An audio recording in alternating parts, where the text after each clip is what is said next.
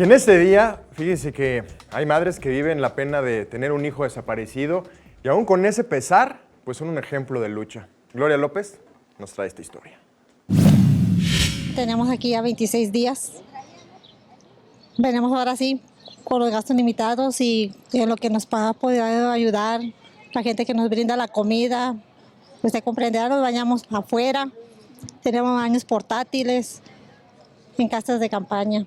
Irma Elvira Ramírez es madre de Rosbel Maldonado, quien desapareció el 22 de julio de 2013 en Vallehermoso, Tamaulipas, cuando tenía 21 años de edad.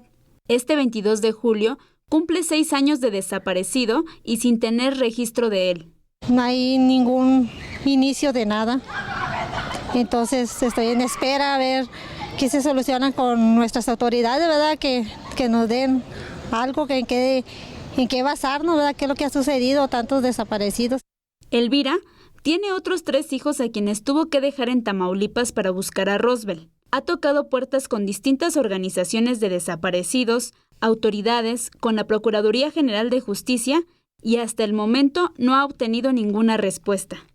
Venimos madres completas, con familia, con hijos, personas de tercera edad y seguimos en espera, no estamos pidiendo mucho, solamente, ¿verdad?, que nos escuchen y que se haga justicia.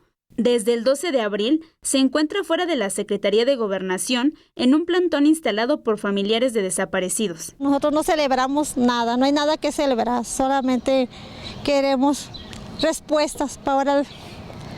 Nos puede brindar, todos nacimos de una madre y ojalá se recuerde eso todo el tiempo, ¿verdad?, que estamos en la lucha. En el campamento se encuentran aproximadamente 20 madres de personas desaparecidas de distintos estados de México, entre los que destacan San Luis Potosí y Tamaulipas.